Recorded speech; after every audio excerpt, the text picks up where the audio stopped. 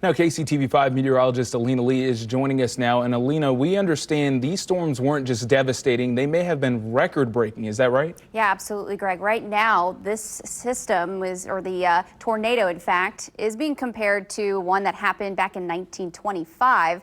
It's also known as the tri-state tornado. It affected 3 states, Missouri, one of them, Illinois, and Indiana. It had a path of 219 miles, and it lasted for at least 3.5 hours. And that was the continuous devastation that happened, and about 695 deaths out of that storm. So that one is going to be compared to the one that happened yesterday. Right now, there's still going to be several National Weather Service offices that will be surveying the damage that spreads over 5 states. Missouri, Tennessee, Kentucky, Illinois, even in Arkansas. All of those National Weather Service offices in those areas have been out all afternoon surveying the damage, and it's going to take several days until we get official numbers, whether this was just one individual tornado that lasted 4 hours long or perhaps a parent storm that at least spawned several tornadoes in that same path. So we'll be having to wait for that information here at KCTV5. Right now, it looks like there may have been one large tornado that tracked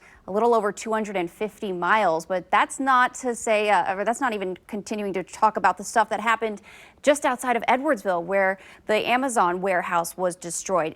Over 45 reports of tornadoes were reported yesterday from this large storm system that we were tracking. And even if the track was even any bit different, this could have been us. So we certainly were the fortunate ones. We got mainly dry slotted from this system. But if you look at the path here, starting in northeast Arkansas, stretching all the way into western Kentucky, that's a path of about 250 miles. These are not official measurements, but certainly what this could become, and it could break that record of the longest path for a tornado. Again, we're going to be waiting for those numbers. Locally, though, we just saw impacts of some very cold and windy conditions, especially this morning. We dropped below freezing in many spots, and then we're going to continue warming up. In fact, we're going to do the opposite over the next few days. We'll talk more about how much warmer it'll get and potentially breaking records here locally for high temperatures. And we're in December. It's going to be a pretty warm couple of days. We'll show you those numbers in a little bit. Greg?